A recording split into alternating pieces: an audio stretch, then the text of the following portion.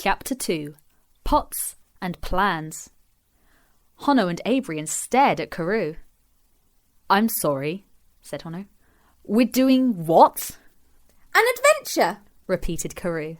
"I have it in very good confidence that you two and the rest of the Deartháir have been summoned to do something very exciting and heroic. This will surely go down in history. Maybe they'll even write a book about this one day. But anyway," he said, taking back his lantern, "don't let me keep you. You'll want to get packing. I expect the others already know what's going on. Ta-ra!"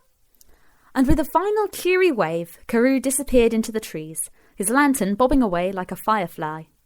Honno and Abrian both remained standing still. They had felt slightly lost until Carew had said that one word. Summoned. Now they knew exactly who was behind this.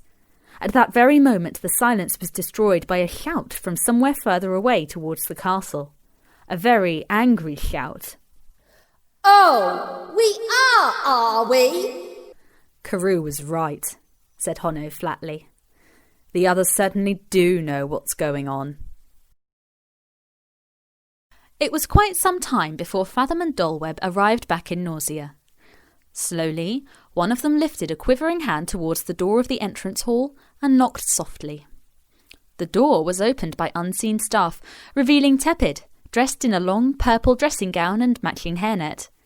He blinked, looked them up and down, opened his mouth, struggled for the right words, then looked them up and down again.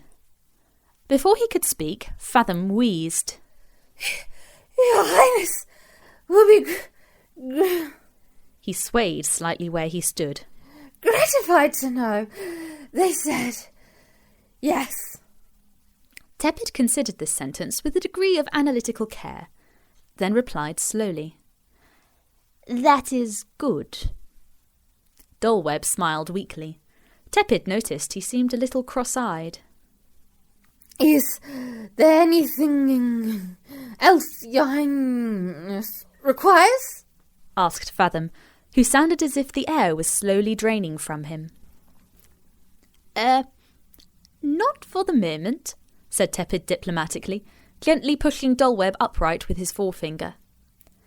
"I'd say you could finish for today." "Thank you, sire," said Fathom, bending into what could have been a bow. He and Dulweb gently shuffled away, leaving behind a delicate smell of damp earth, grass, and possibly drying blood. Tepid remained in the doorway as they retreated until he was left quite alone. After a lengthy silence, he finally spoke. "Who said yes?" Back in Fealdnor, Morphea sat back comfortably in her favourite chair, massaging her knuckles. It was nice and comfortable, and the fire was lit. Honno, Abrian, Prince Dominator and Annie were also either seated or standing around the hearth in the castle, their shared, if slightly battered, home. Dominator, Fealdnor's confidently compact prince, was reading from a fresh poster they had found being pinned to their front door. "The Anti-Tepid Revolution have agreed to aid the great city of Nausea in the worthiest of causes, the prevention of further precipitation on our glorious land. Therefore, they shall be absent from Fealdnor while undertaking this overseas mission for a period of time that shall be disclosed in due course. Signed, anonymous errand runners. Long live Prince Tepid." Dominator threw the poster aside in abject fury. "Tepid won't be living for much longer if I get my way," he cried. "What kind of stupid idea is this? And who told the Nausians yes? This is insubordination, you know. I thought when you lot put me in charge, it meant I'm in charge." "None of us said yes," said Abrian wearily. "And you are in charge, Dominator. We're helping you be in charge. That was the deal. No one can look after Fealdnor by themselves." "You just wanted somewhere to live. It just happened to be in my castle," muttered Dominator peevishly. "It's Tepid's old castle. We all took it over together, and that is not the point of this conversation," snapped Honno. "And Morphea," he turned accusingly to her, "what's wrong with you?" "Wrong?" asked Morphea, with all the innocence of a patient predator. "I taught those two feather-headed Nausian bureaucrats a promised lesson about coming near Fealdnor again. It was completely unrelated to the subject at hand, merely my principles." We understand why you did what you did to poor Fathom Pants and Dolweb Pants. That's just you, Morphea," said Annie, resting her chin atop the predator's head. "Hono means why aren't you angry?" "Oh, because I agree with them," said Morphea calmly. "I think we should go." Dominator's outraged response left him before he could cut through her sentence. He stood there, struck dumb. Hono's eyebrows had suddenly left his forehead and run for cover somewhere in the roots of his fringe. Annie took her chin off Morphea's head and began cautiously backing away. "I'm being serious," continued Morphea. "What's more, Abrin agrees with me, doesn't he?" She turned that same innocent expression towards Abrian. It was the kind of look vultures gave animals with broken legs. "Well..." Abrian's eyes flicked between Morphea and the rest of his friends, weighing his chances. I'd prefer not to take sides on this." Morphea stretched, cracking her knuckles one by one. "Whether we like it or not, we can't ignore that the forest and everyone in it are going to grow gills if this rain doesn't stop. It is our duty to sort out problems like this, isn't it?" Dominator scowled, not meeting her eye. Yes, but..." "We don't need nausea telling us to do our job," said Hono, arms folded decisively. Morphea arched an eyebrow. "Evidently we do," she replied. "I know we've all been working hard," she added before anyone could interrupt. "but walkways, new roofs and covered crops are only stopgaps. They won't sort out the real problem. Now, our two little friends were carrying some rather interesting information about this mission." She pulled a large sheaf of crumpled scrolls from the Nausean satchel she'd been sitting on. "I've read them all. Tepper believes that the rain is being caused by an actual thing. It's not just irregular weather. And if it's an actual thing, then it can actually be stopped." Hono sighed, rubbing his eyes. "Morphea, I know Tepid is better than he used to be, but it's ideas like these that got him booted out of Failnor in the first place." "Make no mistake, I thought this sounded very Tepidish too," said Morphea. "But he's right."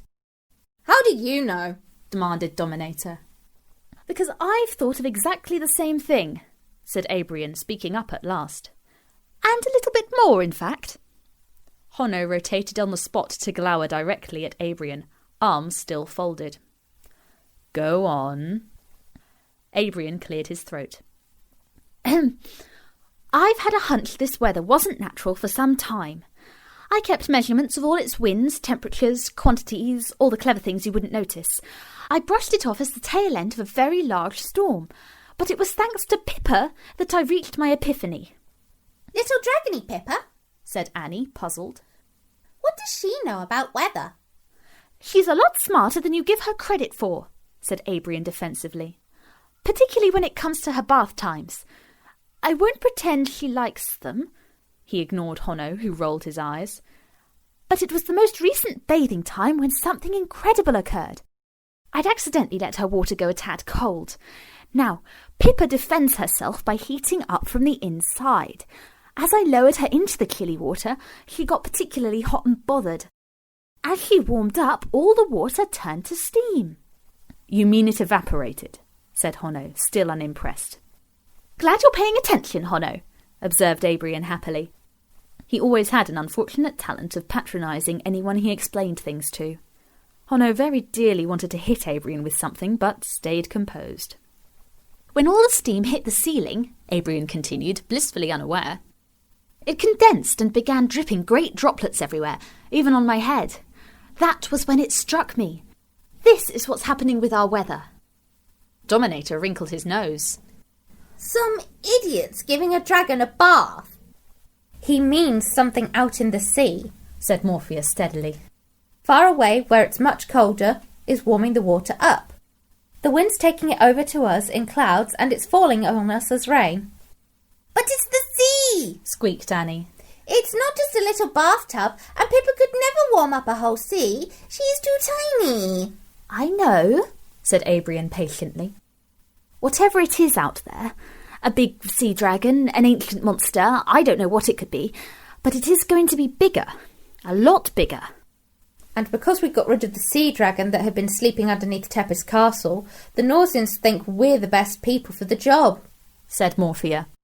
Dominator snorted. "I bet we were at the bottom of their list." "I bet we weren't even on their list," sniggered Annie. Morphea folded her arms. "Like it or not, Abraham is probably right, which means Tepid is right too." There was an uncomfortable silence. Morphea looked satisfied, but Honno wasn't giving up without a fight. He sat down firmly. "I'm sorry, Morphea. I'm not going off searching for some strange giant thing that may or may not be sitting in the middle of the sea just because his nibs in Nausea and Abrian happen to have the same idea." "Oh, yes, you are," said Morphea. Her voice was calm, but her eyebrows hinted at storms brewing. "Am I?" growled Honno, sounding braver than he felt. Morphea smiled. "Yes, because he said so." And she pulled a very nervous Carew forward. He had been standing unnoticed and quiet by the fireplace for some time. Inside him, a furious battle was in full swing between two opposing forces. His excitement at being in the middle of a tense debate about adventures, and his sense of self-preservation which was warning him he was about to become a hearthrug. "Carew already told the Nausians we would say yes," said Morphea, patting him on the shoulder happily. Dominator and Honno glowered at Carew, who paled. "It all sounded very exciting," he stammered through an apprehensive smile. "Why did you have to say yes to those two Nausian buttcakes?" fumed Dominator, jumping furiously to his feet. Carew's feet, to be precise, so he could glare at him nearly eye to eye. "They just approached me, asked if I knew you," Carew spluttered, self-preservation gaining the upper hand. "I said, yes, of course. I know you all very well. They both looked so miserable, so I asked what was happening. They explained Honno had shut the door in their faces. I said that's completely normal and told them not to worry about it. They told me all about their orders, and it sounded like such an incredible adventure that I said the ATR would be glad to do it, and that made the two Nausians very happy. It was only when Morphea caught me later I realised maybe I didn't think to ask if you said yes before I said yes." He slowed down as the full realisation of what he'd done blossomed before his eyes. "Off with his head!" howled Dominator. "Oh, get a grip, Dommy. Carew clearly just got carried away," said Abrian, pulling Dominator back into a chair. "Didn't he?" he added meaningfully, looking at Carew, who looked ready to flee up the chimney. He nodded like a rag doll by way of a reply. "But I said no!" snarled Honno through gritted teeth. "The Nausians are already on their way back to Prince Tepid," said Morphea. "After the goodbye I gave them, I expect they travelled quite fast." Honno had never felt so betrayed. There was no way around it.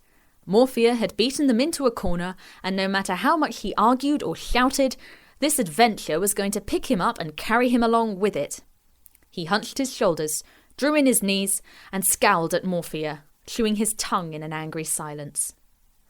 "Lucky for you we are going to go," said Abrian, gently frog-marching Carew towards the door. "But please," he added in a low voice of mingled warning and kindness, "be very careful next time."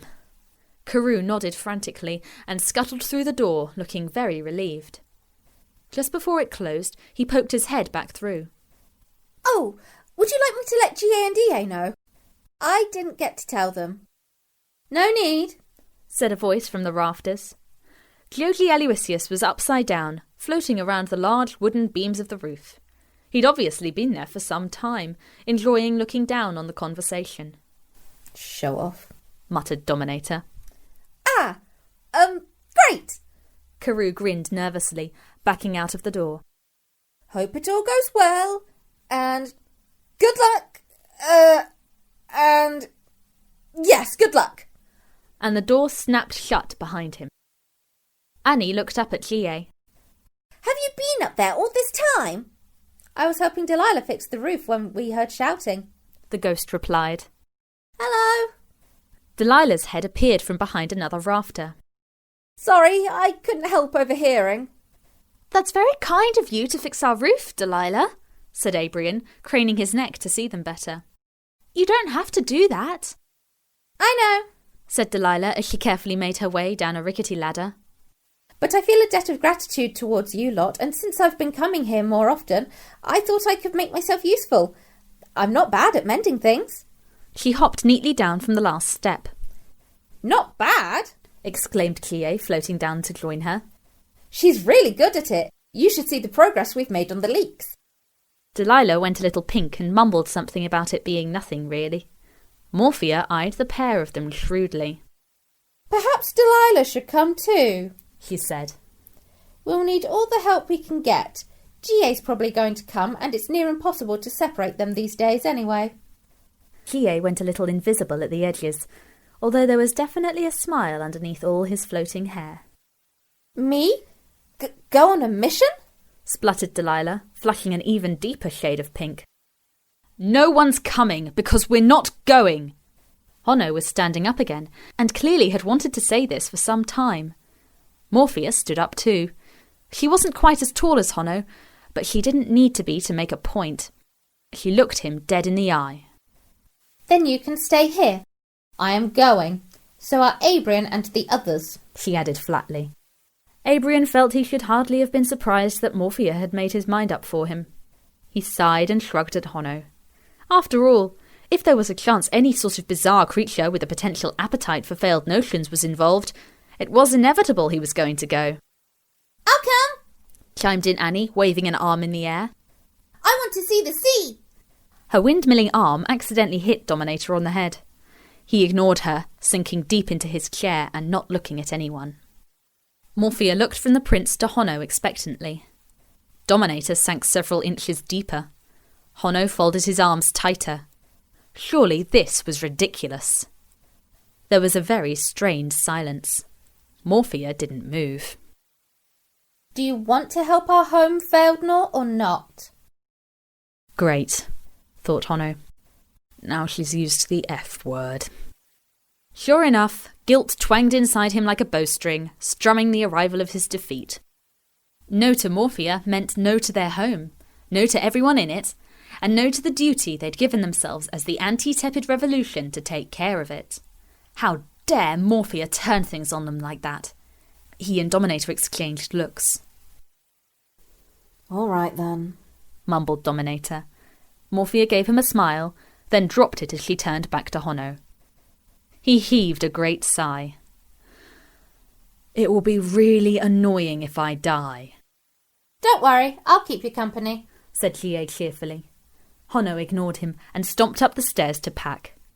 Morphea took no notice of him as she rolled up the sheafs of parchment, stuffed them into Abrian's arms, and headed to her room, leaving the others in her wake. Annie was, as usual, 10 times more enthusiastic than anyone else. "Well, we'll need food," she trilled, seizing Dominator's arm. "Come on, we've got to make loads. I'll eat most in the first hour, and you'll help.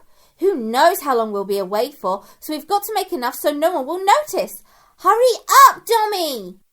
With an impressive effort, she pulled Dominator free from his chair and hauled the reluctant prince to the kitchen. As Abrian watched them leave, he was struck by a sudden thought. "Delilah, could I ask a favour?" "Of course," she said. Abrian hitched up the scrolls in his arms as they made a bid for freedom. "Could you speak to your mother about what's happening? If we leave, will she have to do any extra guardian duties?" Delilah's mother was known as the White Queen, a rather strange and secretive being who, until quite recently, most people had forgotten about. Delilah had unwittingly set her free from a string of magical pearls which he had imprisoned her in a long time ago. Now the White Queen was free to be the guardian of Fealdnor, protecting the forest and everyone in it. The ATR and Prince Dominator had initially wondered if that meant they would be out of a job. But the White Queen had never said anything against what they did if they ever saw her, which wasn't very often. These mysterious beings were always fond of wandering off. "I don't think it will bother her," said Delilah casually. "Truthfully, sometimes I think she just lets you think you're in charge." Thanks, said Abrian, not quite certain if this was a good thing or not. Delilah smiled. "I'll check anyway. She really won't be pleased if you never come back." "Won't she?" asked Abrian hopefully. I can never tell with her if she's pleased or not. She's always so inscrutable all the time. Delilah shrugged. She is what she is. I just get to call her mummy. I know some strange people, muttered Adrian, picking up the satchel Morphea had left on her chair. Now where did I put Pippa? Snapping Turtle will have to stay, but that dragon is coming with me whether Honno likes it or not. Oh, he added, straightening up. Don't forget to ask if White Queenie will let you come too. We'd be happy to have you along, and I'm sure Gia would. He grinned knowingly as he headed up the stairs. Delilah stood looking wide-eyed. On an actual adventure? Are you sure? She said, sounding cautious but barely able to contain the excitement rising up from her toes. Of course, came the shouted reply from the top of the stairs. Delilah stamped her feet in a little dance of happiness. I've never been on an adventure, at least not intentionally. I'd love to do something useful for Feldnor instead of just hiding in it. She turned to Gia, her eyes bright. And you're coming too? I hadn't thought about that. I assumed the others were just teasing, said Gia, taken aback. I'm not really sure what I could do. Neither am I, but I'm going, said Delilah happily. You are coming with us, Gia, called Adrian, striding back down the stairs with Pippa the dragon under one arm and smoking sheafs of parchment under the other. We all know you will anyway. Gia said nothing and looked rather sheepish, though inside he felt very pleased. Not to mention you take up the least room, don't eat anything and travel lighter than air, Adrian went on. I mean that in the best possible way, he added kindly. I know you do, said Gia, smiling. Ever since the recent dramatic events involving Gia, Delilah, and the evil doings of Key, the ATR had been making a concentrated effort to make the ghost feel as normal and appreciated as possible. Gia hadn't objected to this in the slightest. By the way, said Adrian, holding Pippa aloft as he dropped more scrolls, where is your brother? Gia blinked, perplexed. EA? He's been asleep by the pillars since before you all got back. Hadn't you noticed? He pointed. Sure enough, his twin brother EA was seated at the foot of one of the pillars, fast asleep, a small stack of books beside him. Would you look at that? Always has to be doing something odd, muttered Adrian, strolling over and giving EA a sharp tap on the head. EA! Another tap or two. We've got an adventure to do. EA stirred without opening an eye. Wherever you go, I follow, he said sleepily. Excellent! Adrian grinned, very relieved at the lack of argument. He stood up and headed for the kitchen, Pippa still biting at the parchment. Gia watched as his brother started to snore and folded his arms thoughtfully. What's on your mind? asked Delilah. Gia floated backwards a little, indicating she should follow. It's just odd, he said. There's an unspoken rule in the ATR when you're in the castle, never sleep where you're an easy target. It developed ever since Annie started late-night magic practice. EA was always reminding me not to take naps in the main hall. Now he's doing it himself. Do you think there's something wrong with him? asked Delilah. Gia shrugged. Nothing more than usual. Delilah rolled her eyes and made to cuff him on the head. Gia ducked and cuffed back, his hand going straight through her. EA shifted slightly and they hastily stopped. Then maybe he's just tired? Delilah suggested eventually. Gia furrowed his brow, thinking hard. This wasn't the first time he'd found EA dozed off recently. In fact, it was becoming a regular occurrence. Something was going on, and he couldn't think what it could be. Delilah watched him closely, eyes narrowed. He turned to her. Investigate? She nodded. Investigate. Night had firmly established itself over Feldnor, and the rain still persisted as it had done all day. Inside the castle was pitch dark save for one light that illuminated the window to the right of the heavy front doors. These made no sound as a hooded figure made their way through them. Paying no attention to the intensifying raindrops, they immediately set off over the moat and disappeared into the forest. The canopy, weighed down with all the water, caved around the path like a dark tunnel. The only light not provided by the top-lit clouds from a far distant and far drier moon was the approaching glow of a familiar house tree next to a bloated stream. Inside, Aunt Bolivia was reclining in a comfortable chair, but her silently tapping foot gave away a hidden impatience. With a burst of cool night air, the front door swept open, revealing Mogwing tightly wrapped in a shawl and out of breath. The hooded figure behind her stopped in the glare of the firelight, looking as if they weren't breathing at all. "Here we are," Mogwing puffed, disentangling herself from the shawl as she came in. "He walks fast." Sorry. The figure pulled back their dripping hood to reveal a very uncomfortable-looking EA. Not to worry. Bolivia waved his apologies aside, bustling out of her chair and taking Mogwing's wet things. "Give Mog your cape or it'll drip on the floor." Behind Bolivia, Betrin and her younger sister Tessa stayed seated, their faces stony. Now, you two," said Bolivia. "Pull yourselves together. You look like you've seen a ghost. No offence," she added kindly to EA, who was keeping his eyes firmly on the gap between the floor and the door, as if calculating a feasible escape route.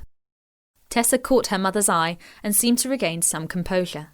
Standing up, she gathered together a pile of clothes from the table and strode past EA. "This way," she said curtly, marching towards the passage that led to the rest of the house. EA was still fumbling with the cape buttons. Tessa widened her eyes emphatically for him to hurry up as he handed it to Mogwing. "It's just like GA's," she said, examining the cape as she hung it on a vacant hook. "He imagines what he wears," muttered EA. He had to get the idea from somewhere. Tessa cleared her throat impatiently. "This way?" With EA following, she made her way down the passage until they reached the very end, where a circular window was set in the centre of the wall, illuminated by a candle beneath it. A narrow arched doorway to the right opened into a pantry with a low, beamed ceiling. Strung along the beams and walls were numerous pans, cooking pots, drying plants, and ropes of shallots and onions. Shelves were stacked with bunches of hedge garlic, shotweed, watercress, and charlock. There were jars labelled bilberry, crabapple, blackberry, damson, and blackthorn. Jugs and bottles held cordials, syrups, and tonics. Baskets of cobnuts, along with beech nuts and sweet chestnuts, sat above a large tub of mushrooms, and several decent-sized barrels which held barley, millet, and oats. Amidst this well-organised clutter, one large pot remained out of place, sitting on the floor at the back of the pantry. Tessa stood in the doorway, her arms folded. "It's us!" she called into the pantry. "Make yourself presentable!" "Humph!" said the pot. Tessa turned back to EA, who had remained in the doorway. "Well, she's over there," she said with a sharp wave of her arm, not letting her eyes off him. Taking the furthest route through the door away from Tessa, EA shuffled over to the pot on the floor. Inside the pot was nothing but water, or so it seemed at first. On closer inspection, however, amidst the ripples was the nose, mouth, hair, and rather embarrassed eyes of Gina. EA crouched beside the pot, and she glanced his way, but his eyes were fixed on the wall beside them. With a gentle scuttle of droplets, Gina carefully reached out her arm. It was completely liquid, and the wall behind her, though slightly distorted, could clearly be seen through her. The shape of the limb held together as if it was in an invisible bottle as she reached out of the pot. Beside her, EA held out his arm as well. At the tips of his fingers, wisps of green magic floated like smoke from an extinguished candle. As their fingertips met, the green magic became brighter for a moment, then dimmed, and Gina's watery form began to change. Liquid was replaced with skin, nail, and bone, and colour flooded the clear water like ink. The change spread from her fingers to her arm, and continued further as Gina, holding EA's hand to steady herself, began to grow up out of the pot into her normal shape and form. Her flaxen hair fell almost to her knees, her face was akin to Tessa's, though a little older, and her tail was strong with thick brown fur. Still keeping his eyes on the wall, EA helped her step out of the pot, leaving it looking as if it had been empty for days. "And she's back to Gina again," announced Tessa humorlessly, throwing the clothes she had brought to her sister, who caught them and began quickly dressing. "Let's hope that magic lasts better this time," she went on, shooting another look at EA, who had begun edging his way back to the door, but then stopped dead. "Sorry," was all he could manage to say. Gina continued pulling on her clothes without a word's contribution. The atmosphere was thicker than treacle. EA was now beginning to feel really quite desperate to leave, but Tessa had not budged from her guard post in the doorway. "I heard it's possible to make a stone with magic in it, or that's made of magic somehow. Something like that would be far more useful," she said disdainfully, speaking to the room at large. "We certainly wouldn't have so many accidents like these. I did hear there was someone in the forest who could do that sort of magic, certainly with red magic." Gina suddenly shot a dark look of warning at her sister, but she didn't seem to notice. "He's dead," said EA, no less quietly. "Oh," Tessa sighed, disappointed. "And there's no one else around at all who has green magic?" "No," said EA. "Pardon?" "No." Tessa narrowed her eyes, looking between EA, who was becoming paler by the minute, and Gina, who was defiantly focusing on a mushroom she had started nibbling. When nobody else spoke, she folded her arms with a "hum." Sensing the unpleasant silence beginning to descend once more, EA gave a tiny cough. "If it's all right, I will be going home now." Making himself as thin as possible, he squeezed his way through the doorway past Tessa, who was taking up most of it, but didn't move. Finally through, he disappeared back down the passage as quickly as he could without running. Tessa watched his retreat unblinkingly. Only when she heard the latch on the front door click shut did her shoulders relax, and she turned back to Gina, a much softer look on her face. "You all right?" she asked. Gina nodded, gnawing on the mushroom stem and staring hard at the wall. She looked as if she were contemplating a difficult puzzle. When she said nothing else, Tessa cleared her throat. "Ahem." Gina looked round as if suddenly remembering her sister was there. Tessa raised her eyebrows. "Nice mushroom." Gina looked down at the chewed remains of the stem. "Oh, here, you have it." She flicked it at Tessa, who ducked and flicked it back with a giggle. Meanwhile, EA was putting as much forest between himself and Aunt Bolivia's house as possible. Reaching a clearing, he stopped and leaned back against a dark beech tree, heaving a sigh of mingled relief and weariness. This was not how he had intended to spend his nights. Ever since she had broken out of the netherworld, Gina had been having trouble maintaining her physical form. Normally, if someone escaped the netherworld alone and without outside help, they became a ghost.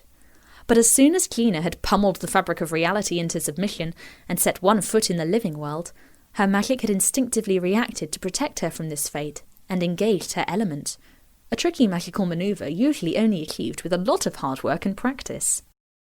Her body became completely liquid, as if made of water.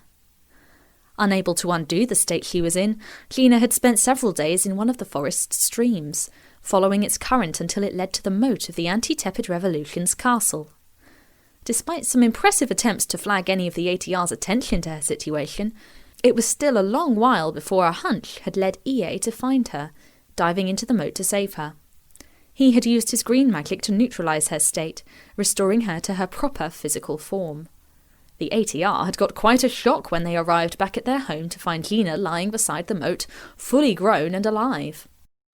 She had certainly let EA know how very, very angry she was with him for not rescuing her from the netherworld and for attempting to forget about her. But she had also been overjoyed to see Abrian and Gia, who had long been her friends. Restored to her family, things had looked as if they would end peacefully for Gina. But every so often, her magic had taken over, and she would melt back into water Gina. This seemingly happened at any time, leaving her feeling suitably ridiculous while one of her sisters was dispatched to fetch a miserable EA, who, as it turned out, was the only living green magic user in all of Faelnor. EA had always found dealing with most people a challenge, preferring to be buried in a book rather than joining in. The ATR were his only friends in the world, and even then he kept an insular distance. Having to be repeatedly summoned to the home and family of the person he had once accidentally killed was about as comfortable as sleeping on a pillow full of spiders.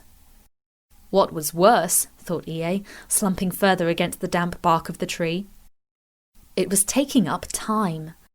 Time he desperately needed for something else.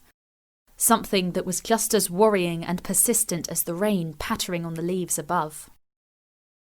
Hello! EA nearly jumped out of his skin as a voice spoke from out of the darkness and almost fell over as he spun around to see who it was. But it was Bligh, floating with his hood up beside the edge of the clearing. You're stealing my dress sense, he remarked, eyeing EA's hooded cape.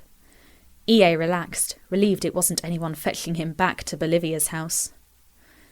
You don't need your hood up, he said. You know rain doesn't make you wet. Bligh shrugged.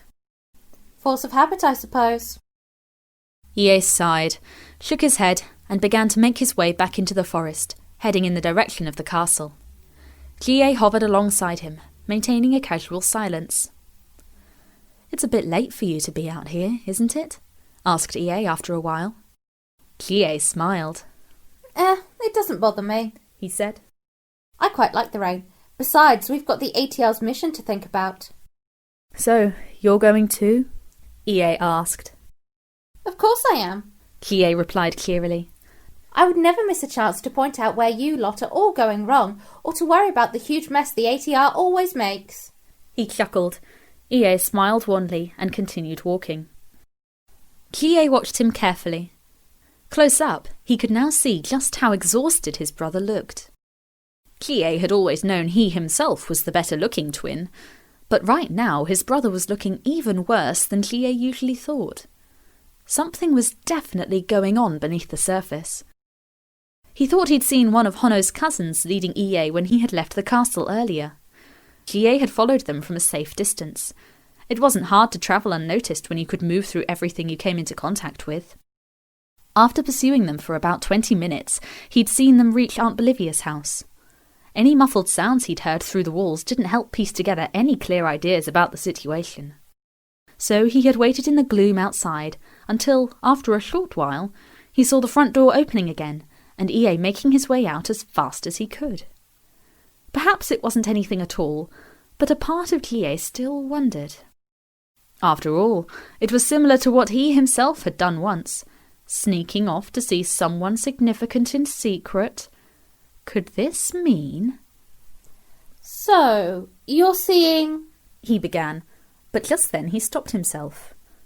Maybe this wasn't so simple. He and his brother weren't completely alike after all. Maybe he was just getting his hopes up. Even so, he liked to hope. EA was looking at him again, wondering why he'd paused. Bligh noticed and quickly changed tack. So, you're going back to the castle? EA nodded. If I can. Bligh had braced himself for the familiar narrow-eyed glare, some sort of suspicion about why he'd obviously tailed him, but none came. EA kept plodding along. Bligh felt slightly taken aback, but shook it off as good luck. Then I'll come too, he said, faking a yawn. Got to be up early in the morning after all. I suppose so, said EA, and gave a little smile back as the pair continued on their path without another word through the rain-soaked shadows of the forest.